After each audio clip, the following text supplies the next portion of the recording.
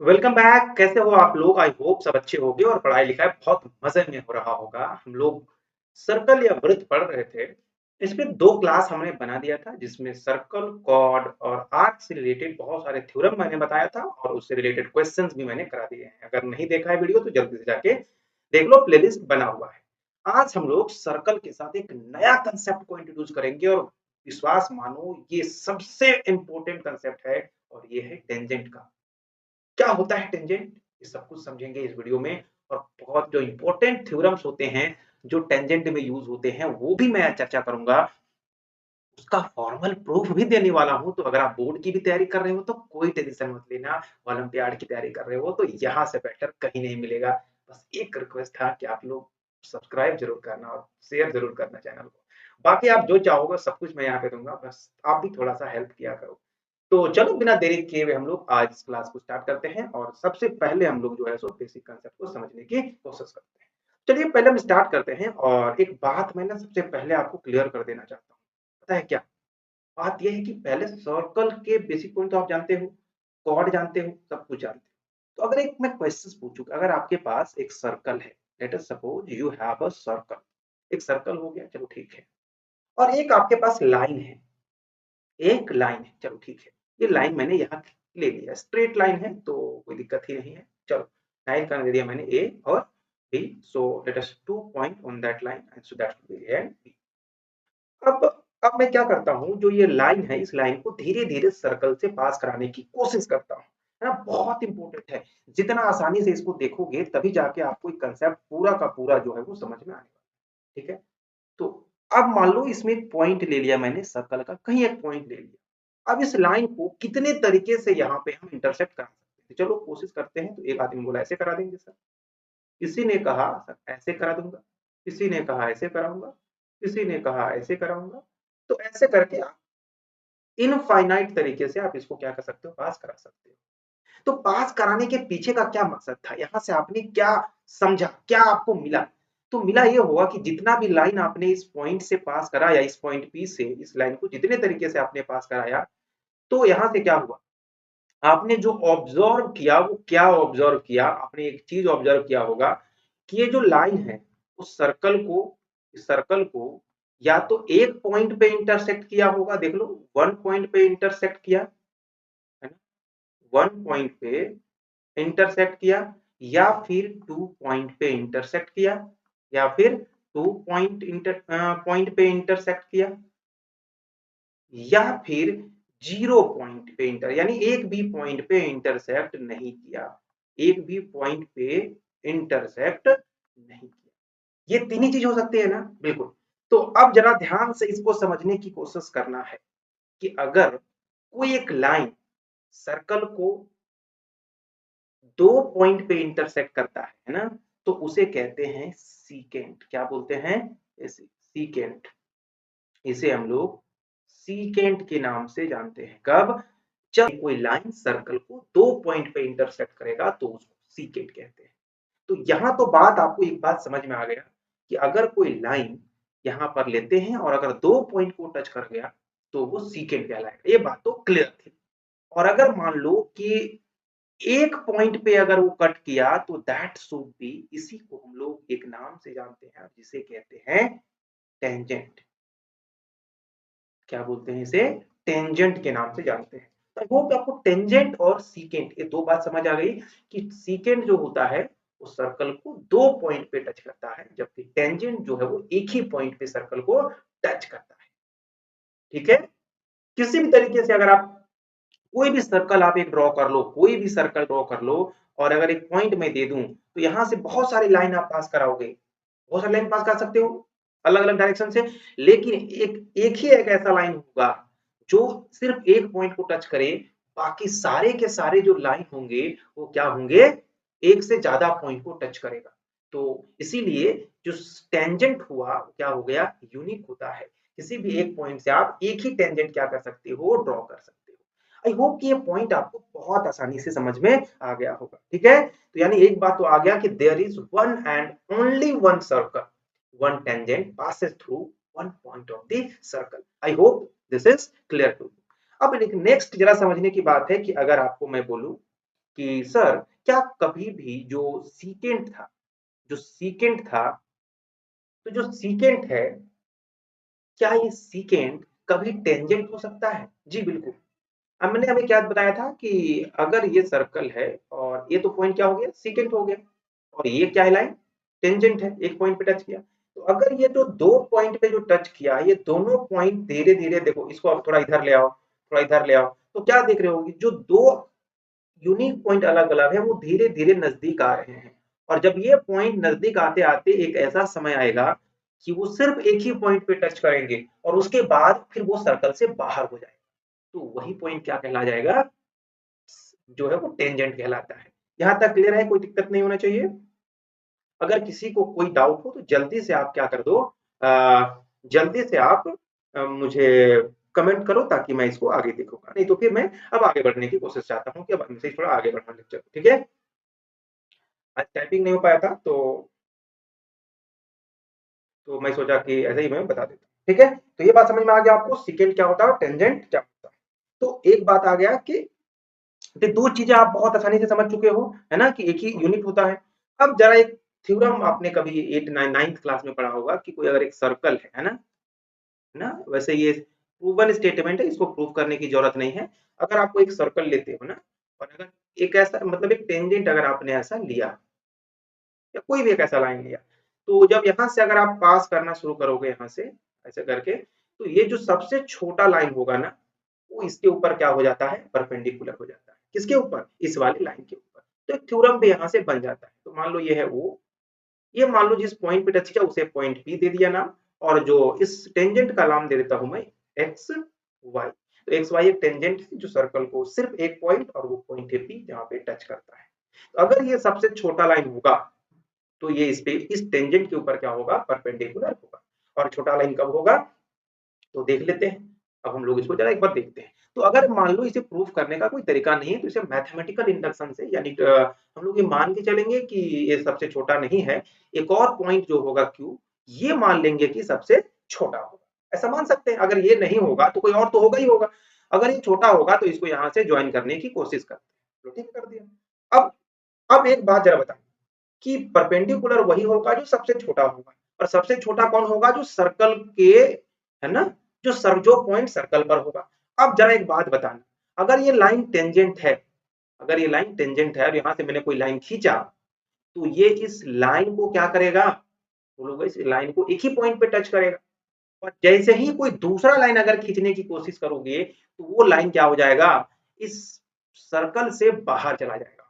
और बाहर चले जाने से क्या हो जाएगा कि जो ओपी है वो छोटा हो जाएगा, किससे, ओक्यू से। अब बोलोगे बाहर ही क्यों जाएगा सर, क्योंकि मैंने अभी टेंजेंट में क्या बताया था कि एक ऐसा सेकेंड होता है जिसका दोनों पॉइंट कोइंसाइड कर जाता है, यानी एक ही पॉइंट पे टच करता है। अब वो पॉइंट यहाँ आ गया।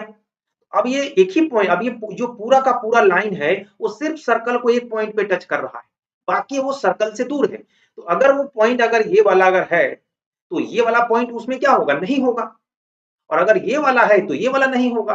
बट क्लियरली हमको यहाँ पे पिक्चर में हमने जब बनाया था, तो इस पॉइंट पी को माना था कि ये हो, कि ये इस पे टच कर रहा है। तो क्यू के बारे में मैंने कुछ बताया नहीं, बताया। तो आप ये सोच लिए होंगे कि क्यू जो है इसमें टच नहीं कर रहा है। क्लियर है, तो ये बड़ा हो गया। और जब बड़ा हो गया तो इसका मतलब क्या हो गया, जो ओपी हो गया ये क्या हो गया, स्मॉलेस्ट हो गया। और अगर ओपी जो स्मॉलेस्ट हो गया, अगर ओपी स्मॉलेस्ट हो गया, इसका मतलब ही हो गया कि ओपी जो हो जाएगा वो परपेंडिकुलर हो जाएगा किसके ऊपर, एक्स वाई के ऊपर, क्योंकि जो स्मॉलेस्ट होगा वही परपेंडिकुलर होगा। ये बात हम लोग पहले से जानते हैं। क्लियर है बात। तो ये बहुत इंपॉर्टेंट थ्योरम था, और आपको ये बहुत ध्यान में रखना भी चाहिए, ठीक है। तो ये थ्योरम का स्टेटमेंट मैं बता देता हूं। थ्योरम का स्टेटमेंट कहता है, the tangent at any point of the circle is perpendicular to the radius through the point of contact. तो यही बात ये था कि अगर कोई एक टेंजेंट लेते हैं और अगर सेंटर से उस टेंजेंट पे अगर लाइन ड्रॉ करते हैं, तो सबसे छोटा लाइन होगा, छोटा लाइन मतलब जो टेंजेंशियल पॉइंट पे वो लाइन जो ड्रॉ हुआ होगा, वो जो होगा उस टेंजेंट के ऊपर परपेंडिकुलर होगा। और वो यूनिक होगा, ऐसा नहीं कि बहुत सारे लाइन जो होंगे वहां पे होंगे, क्योंकि क्योंकि ऐसा क्यों बताया था, क्योंकि एक लाइन अगर मान लो ऐसा मैंने ड्रॉ किया और एक पॉइंट यहाँ, तो इस पॉइंट से इस लाइन के ऊपर जब आप ड्रॉ करना शुरू करोगे तो एक ही लाइन होगा जो परपेंडिकुलर होगा, बाकी सारे के सारे लाइन होंगे जो परपेंडिकुलर नहीं होंगे। कुछ भी यहां से लाइन खींच सकते हो बहुत सारे, लेकिन एक ऐसा यूनिक लाइन होगा जो परपेंडिकुलर होगा और वो सबसे छोटा होगा। ये बेसिक हम लोग जानते हैं ना, और उसी का यूज यहाँ कर लिया। बस यहाँ पे हम ये जो है वो 90 डिग्री प्रूव करने के लिए एक बात आ गया कि ये लाइन सबसे छोटा क्यों होगा, क्योंकि ये पॉइंट सर्कल के को टच कर रहा है, बाकी कोई भी पॉइंट सर्कल के लाइन को जो सर्कल को टच ही नहीं करेगा, क्योंकि ये जो लाइन टेंजेंट है वो सर्कल को सिर्फ एक पॉइंट पे टच कर रहा है, तो एक ही ना उस पे टच करेगा, दूसरा वाला तो नहीं करेगा। और जैसे ही एक करेगा तो दूसरा छोटा हो जाएगा और एक बड़ा हो जाएगा, तो छोटा वाला ही क्या होगा, परपेंडिकुलर। तो बहुत इंपॉर्टेंट थ्योरम था और ये प्रूफ भी ऐसे ही किया जाता है जैसे मैंने आपको करके दिखाया है। आई होप कि ये बहुत चीजें आपको बहुत आसानी से समझ में आ गया होगा। आया कि नहीं आया जल्दी से बताओ। तो अब कुछ कुछ क्वेश्चन इसके बेस पे पूछे, जैसे क्वेश्चन पूछा जाता है कि tangent to a circle intersect in it, कोई टेंजेंट जो होता है उस सर्कल को कितने पॉइंट पे इंटरसेक्ट करता है। ये एनसीईआरटी में कुछ क्वेश्चंस हैं ऑब्जेक्टिव पॉइंट ऑफ व्यू से, तो मैं उसको एक बार बता देता हूं ताकि आपको लगे कि जो मैंने बताया है वो क्या क्या था। तो बताओ टेंजेंट सर्कल को कितने पॉइंट पे टच करता है, तो बोलोगे sir only one point, only one point पे टच करता है। ये बात हमने देखा। दूसरा, एक line intersecting a circle in two point is called what, एक लाइन जो है जो सर्कल को दो पॉइंट पे टच करता है, एक सर्कल है और एक लाइन ऐसा खींचा आपने जो सर्कल को दो पॉइंट पे टच किया, तो इस लाइन का क्या नाम होता है, तो इस लाइन को हम लोग बोलते हैं सीकेंट। क्या बोलते हैं इसे, सीकेंट बोलते हैं। इस लाइन को सीकेंट लाइन कहा जाता है, सीकेंट लाइन कहा जाता है। क्लियर है बात। तो ये दूसरी क्वेश्चन थी। तीसरा क्या था, a circle can have dash parallel tangent at the most, ये एक बहुत इंपॉर्टेंट बात है। एक सर्कल में कितने पैरेलल टेंजेंट होते हैं। अब ये पैरेलल टेंजेंट का क्या मीनिंग है जरा ये समझो, बहुत इंपॉर्टेंट बात है। ये मान लो एक सर्कल है, एक सर्कल बना लिया, ठीक है, इसका सेंटर है। अब अगर पैरेलल का मीनिंग क्या होता है, ये दो लाइन पैरेलल कब होते हैं, जब ये दोनों लाइन कभी एक दूसरे को काटे नहीं और बराबर डिस्टेंस पे हमेशा हो, then this two line are always parallel. तो कह रहा है कि ये कितने ऐसे पैरेलल लाइन खींच सकते हैं। तो ऐसे आप क्या करो, देखो इसका डायमीटर ले लो, है ना, इसका डायमीटर आप ड्रॉ कर लो, डायमीटर ड्रॉ करोगे। अब इस डायमीटर से अगर यहाँ से एक टेंजेंट बनाओ और एक इस एंड में एक टेंजेंट बनाओ, तो क्या लगता है ये दोनों जो टेंजेंट हमने ड्रॉ किया है ये पैरेलल होंगे या नहीं होंगे। बोलोगे सर ऑफ कोर्स होंगे, क्यों नहीं होंगे बताइए आप, होंगे ना। और प्रूफ करना भी बता दूं कैसे प्रूफ होगा ये। अगर ये है तो आप इसको क्या कर लोगे, आप ध्यान समझो, ये लाइन इसके ऊपर परपेंडिकुलर है क्योंकि ये टेंजेंट और इस पॉइंट पे है, और ये वाला लाइन भी इसके ऊपर परपेंडिकुलर है, और जब ये भी इस पे परपेंडिकुलर है और ये भी इस पे परपेंडिकुलर है, तो और ये तो डायमीटर है, तो ये इसके ऊपर परपेंडिकुलर है और ये इसके ऊपर, यानी देखो ये जो लाइन है इसके ऊपर ये परपेंडिकुलर है और ये वाला लाइन इसके ऊपर भी परपेंडिकुलर है, तो ये दोनों लाइन क्या हो जाता है, पैरेलल हो जाता है। तो इसका मतलब एक तो बना दिए। अब इस तरीके से आप कितने पैरेलल लाइन बना सकते हो, बोलोगे तो जितने आप डायमीटर ड्रॉ कर पाओगे उतने सारे पैरेलल लाइन बन जाएंगे। तो आप कितने डायमीटर ड्रॉ कर सकते हो एक सर्कल में, तो there are infinite number of diameter, so infinite number of parallel lines भी क्या होंगे, हम लोग बना सकते हैं। तो ये बहुत इंपॉर्टेंट था कि नहीं था, था कि नहीं, बिल्कुल। अब एक बहुत अच्छा क्वेश्चन और है, थोड़ा क्वेश्चन नंबर 3 में, कि जरा ध्यान से समझिएगा ये। अच्छा हाँ, एक और क्वेश्चन अगर मैं पूछूं कि how many how many tangent how many tangents are there in circle, एक सर्कल में कितने टेंजेंट हो सकते हैं, ये बता सकते हो मुझे। एक सर्कल में आप कितने टेंजेंट बना सकते हो, तो कोई भी बता सकता है कि सर अगर एक सर्कल है तो हम लोग वहां पे कितने टेंजेंट बना सकते हैं। सर्कल में जितने पॉइंट होंगे उतने टेंजेंट बनेगा, क्योंकि एक टेंजेंट बनाने के लिए मुझे सिर्फ एक पॉइंट चाहिए सर्कल का। तो बोलोगे सर सर्कल में तो इनफाइनाइट पॉइंट है, तो there are infinite number of tangent, infinite number of tangent in circle. तो ये भी एक बहुत इंपॉर्टेंट क्वेश्चन था। अब कहता है कि अगर एक सर्कल है तो एक टेंजेंट फटाक से हम लोग कर लेते हैं ड्रॉ। और टेंजेंट कैसे ड्रॉ होगा जरा देखो, ये मान लो हमने बना लिया एक टेंजेंट और ये मान के चलो कि एक ही पॉइंट पे टच कर रहा है, और इस टेंजेंट का नाम मैं दे देता हूं P और Q, पी क्यू टेंजेंट है, ठीक है। और इसका रेडियस जो है ना, और इसका रेडियस जो है यहाँ से एक पॉइंट लगाएंगे तो यहाँ से तो क्या बनेगा, एक रेडियस बन गया है। चलो ठीक है, रेडियस इसके ऊपर परपेंडिकुलर होता है, ये हम लोग जानते हैं। ये 5 सेंटीमीटर है, क्या एक 5 सेंटीमीटर है। और एक पॉइंट कहीं है जो इसमें क्यों यहाँ से ये इसको ज्वाइन करते हैं इस पॉइंट पे, ठीक है, ये ऐसा कह रहा है। तो पी क्यू का लेंथ पूछ रहा है, ये मान लो ओ है और ये तो, हाँ चलो ठीक है, ऐसी बात हमने कर ली है। चलो अब मान लो ये पॉइंट पी है और इसे मान लेते हैं जो भी एक्स और ये वाई। चलो अब आपको पूछ कर रहा है कि ये जो ओ से क्यू है ना, जो ओ से क्यू है वो 12 सेंटीमीटर ये गिवन है आपको, 12 सेंटीमीटर गिवन और ये 5, तो आपको ये वाला लेंथ पूछ रहा है कि कितना है ना। एनसीईआरटी का क्वेश्चन नंबर 3 है, बहुत सिंपल सा क्वेश्चन है ना। ये एनसीईआरटी जो है उसका क्वेश्चन नंबर जो है वो 3 है सर्कल वाले का, ठीक है। मैंने आईसीएसई बोर्ड के भी क्वेश्चंस को रखे हैं ताकि आपको कुछ भी दिक्कत नहीं हो, बट सबसे बेसिक चीज मैंने बताया तो उसके लिए इसको बता दिया। तो अब अगर इसे निकालना हो तो सिंपल पाइथागोरस होता है, और अगर आपको याद भी होगा तो आसानी से निकाल भी सकते हैं क्या हम लोग, है कि नहीं। हाँ तो निकालो कितना होगा भाई, कोई निकाल के बता। तो बोलोगे सर पाइथागोरस क्या होता है कि जो हाइपोटेनस का स्क्वायर में से अगर हम लोग परपेंडिकुलर के स्क्वायर का अगर रूट निकाल दें तो हमेशा हम लोगों को क्या मिल जाता है, बेस मिल जाता है। तो करो इसमें भाई, तो यहां से अगर मुझे पी क्यू निकालना है तो रूट अंडर हम लोग क्या करना पड़ेगा, 12 का स्क्वायर और उसमें से माइनस करना पड़ेगा 5 का स्क्वायर। तो 12 का स्क्वायर कितना होता है जल्दी से क्या पता मुझे, तो 144 होता है और 5 का स्क्वायर 25 होता है। तो ये हो जाएगा और इसमें घटाओगे तो 144 में से 25 घटाओगे कितना बचता है, तो 25 और 5 30 और 30 और 14 होता है 44, तो 19, यानी 119 बच रहा है क्या, देख लो 119 बच रहा है रूट के अंदर।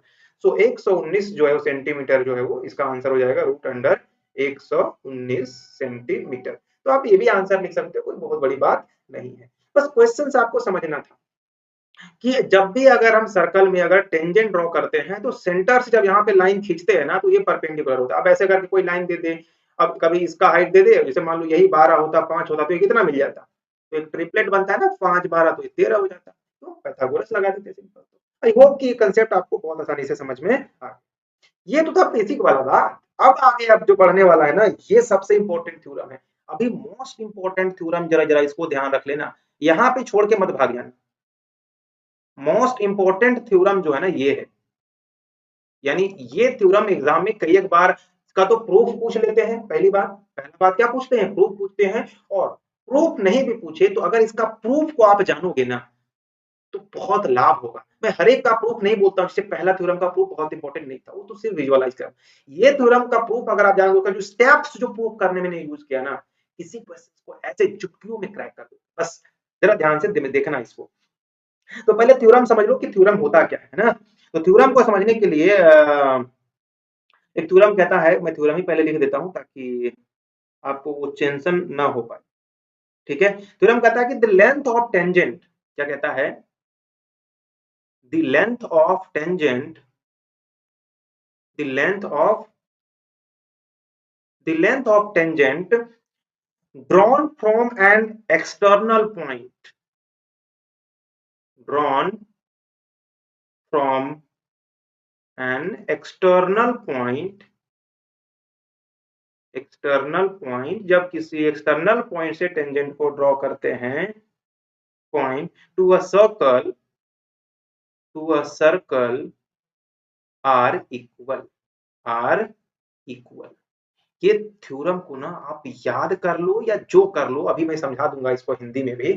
इसका मीनिंग ये है कि अगर किसी सर्कल को लिया जाए और सर्कल से बाहर कोई एक पॉइंट लिया जाए, उस पॉइंट से अगर सर्कल की ओर अगर हम लोग टेंजेंट ड्रॉ करें तो कितने टेंजेंट ड्रॉ कर सकते हैं, तो बोलोगे सर दो ही टेंजेंट ड्रॉ हो पाएगा, कैसे, जैसे मान लो एक है सर्कल, सर्कल है और एक पॉइंट हमने लिया यहां से और कहा कि यहां एक ऐसा टेंजेंट ड्रॉ करो जो यहां से इसको मतलब इसको टच करते जाए, तो ये वाला एक है ना, यही एक ना है, तो बोलो ठीक है मान लेते हैं सर, ठीक है। तो एक ये वाला आपने बना लिया, और सॉरी क्या हो गया,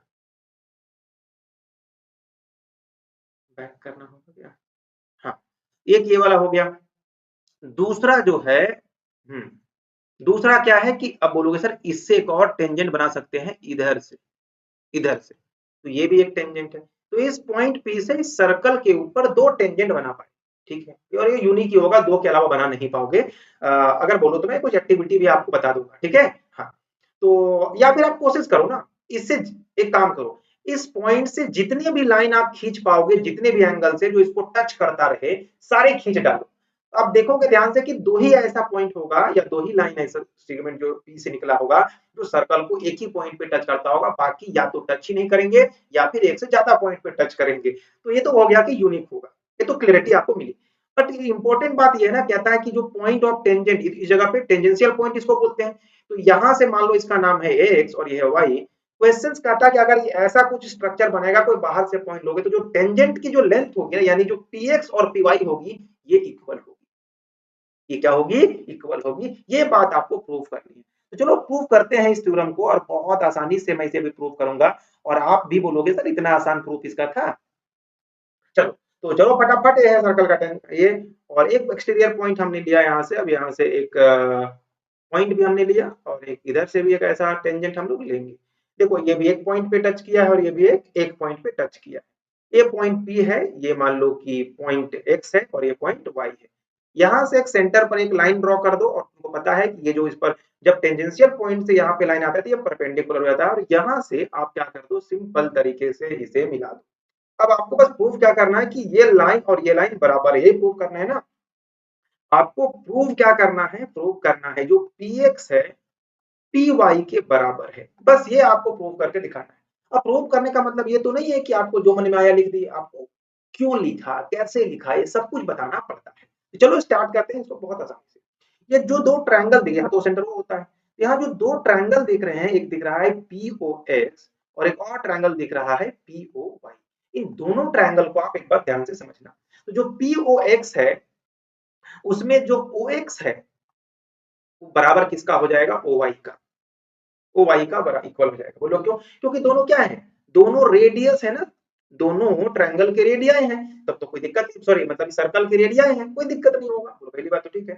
दोनों में जो OP है ना, दोनों देखो ट्रायंगल में ओपी दिख रहा होगा, इस ऊपर वाले ट्रायंगल में भी ओपी आता है, इस ट्रायंगल में भी ये साइड, मतलब एक ऐसा साइड है जो दोनों ट्रायंगल के लिए कॉमन है, तो लेंथ तो इक्वल ही होगी जो भी होगी, तो ये बोल दोगे कॉमन है, ये दोनों क्या है, कॉमन। और तीसरी इंपॉर्टेंट एक बात है कि एक एंगल जो x है ना, एंगल x जो है is equal to angle y है, क्यों? क्योंकि 90 डिग्री यानी राइट एंगल है।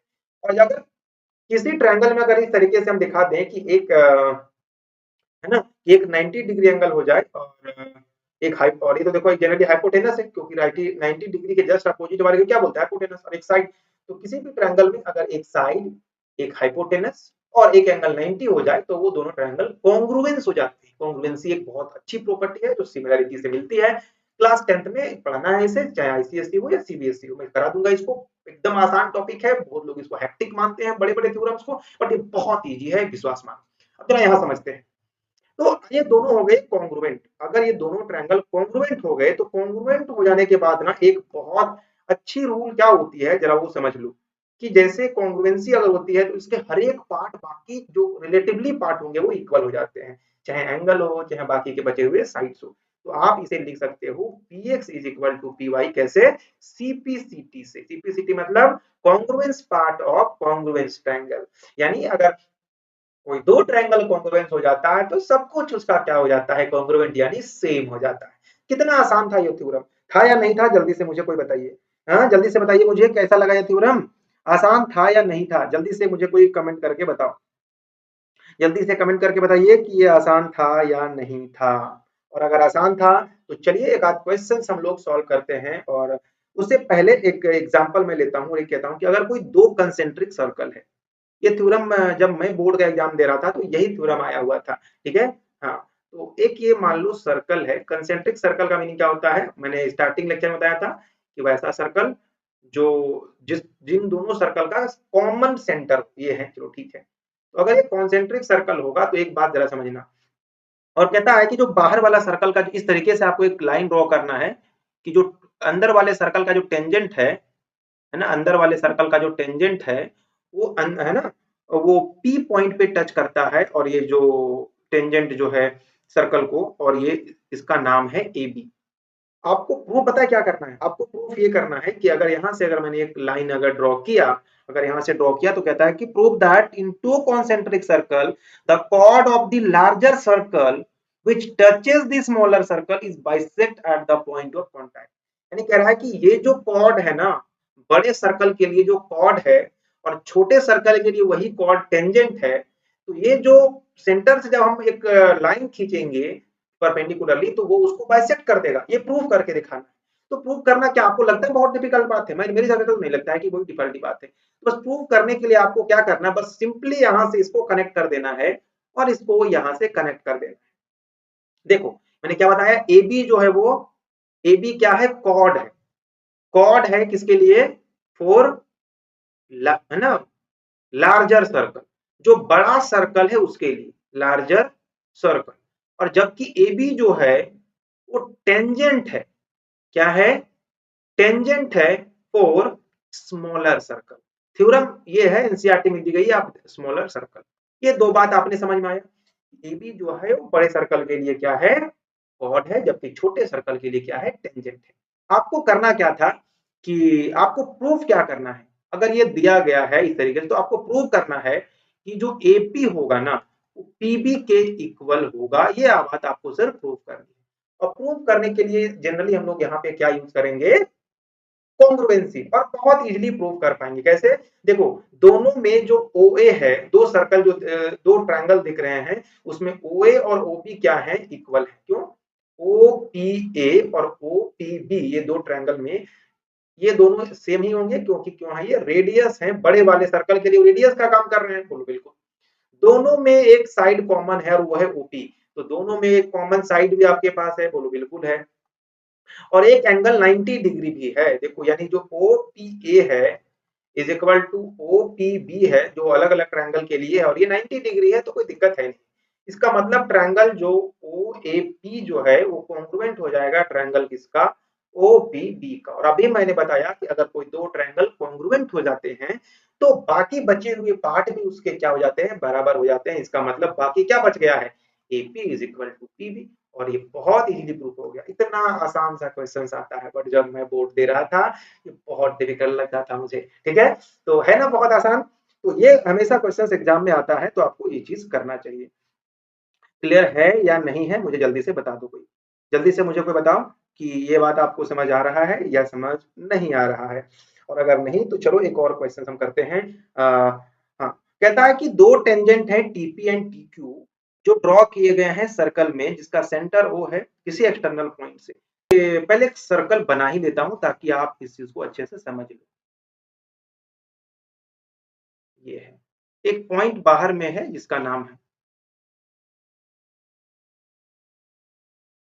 ऐसे, और एक पॉइंट अगर जाए तो यहां से, तो ये पॉइंट है टी। अब ये सर्कल का सेंटर है जिसका नाम है ओ, है ना, क्या है, ये सेंटर का नाम है ओ। अब जरा ध्यान समझना, ये गलत लाइन चला गया है ना, ये वाला लाइन है इसका। ठीक है, चलो ठीक है। अब ये है ओ और कहता है ये पॉइंट है पी और ये पॉइंट है क्यू, है ना। पी को क्यू से ऐसे मिला दिया गया, चलो ठीक है, मिला दिया गया। और पी को ओ से भी मिला दिया गया, इस सेंटर से भी इसको मिला दिया गया। चलो ठीक है।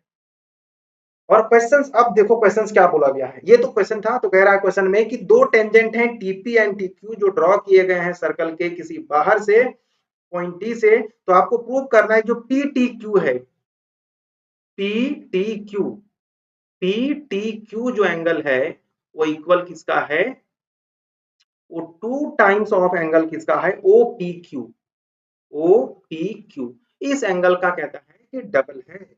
ये वाला जो एंगल होगा इस वाले एंगल का डबल है, ऐसा आपको पूछा गया है प्रूफ करने के लिए। कैसे प्रूफ करोगे, जल्दी से कम बता सकते हो मुझे।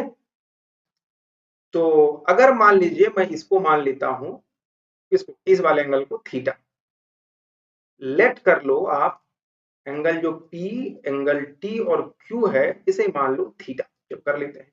तो अगर थीटा है तो आपको एक बात तो पता है ना कि जो TP होगा और TQ दोनों बराबर होंगे। बोलो बिल्कुल बराबर होंगे, होंगे ना, क्योंकि टेंजेंट है और एक्सटर्नल पॉइंट से सर्कल पे टेंजेंट ड्रॉ करते हैं तो इक्वल लेंथ के।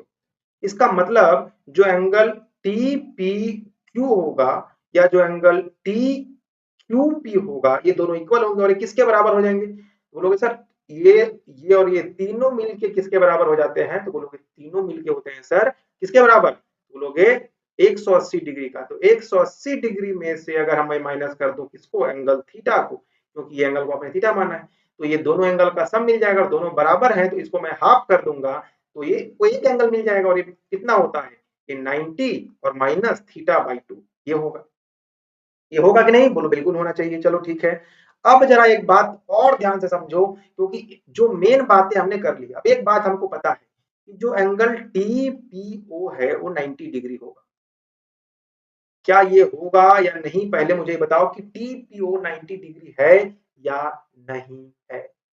जल्दी से बताओ। तो बोलोगे बिल्कुल है सर, क्योंकि जो ये टी सॉरी ये जो टीपी है ये वाला, और ये यहाँ सेंटर से जब लाइन इसके ऊपर खींचा गया उस पॉइंट पर, तो वो परपेंडिकुलर होता है तो 90 डिग्री बनेगा। और ये दो एंगल से टीपीओ, और ये बना किससे है? टीपीक्यू प्लस, है ना, क्यूपीओ, क्यूपीओ, और ये दोनों मिलकर 90 डिग्री है। और यहां से अगर टीपीओ आपको 90 माइनस हाफ है, तो जो क्यूपीओ होगा वो 90 degree minus 90 minus θ/2, so this will be only θ/2। और क्यूपीओ θ/2 तो हो गया, देख लो। देखो ना भाई, आपको यही तो कहा था। तो यहां से आप अगर PTQ जो है वो 2 टाइम्स है POQ का, तो देखो ना, अगर ये POQ θ/2 है, जिसका 2 टाइम कर दोगे तो थीटा हो जाएगा, तो मिल गया प्रूफ। तो यही सिंपल क्या था, इसका प्रूफ। कैसा लगा ये क्वेश्चन, जल्दी से बताओ। और इस तरह के अभी और भी बहुत सारे थ्योरम्स हैं, इस पे बहुत सारे अच्छे-अच्छे क्वेश्चंस हैं, वो सब मैं कराऊंगा अगले वीडियो में। मैं क्वेश्चन लिख के लाया नहीं था, तो अगले क्लास में मैं और थ्योरम जो हैं, जो बहुत मजेदार हैं, उनको लाऊंगा। इनके पहले और भी क्वेश्चंस कराऊंगा, ताकि ये क्वेश्चन भी ना छूटे और सब कुछ हो जाए। तरीके से देखते रहिए, वीडियो को शेयर करते रहिएगा और दोस्तों के साथ इसे जरूर मिलकर देखिएगा और कमेंट बॉक्स में अपनी राय दीजिएगा। मिलता हूँ अगली क्लास में, तब तक के लिए थैंक यू सो मच। इस तरीके से पढ़ते रहिए और आगे बढ़ते रहिए।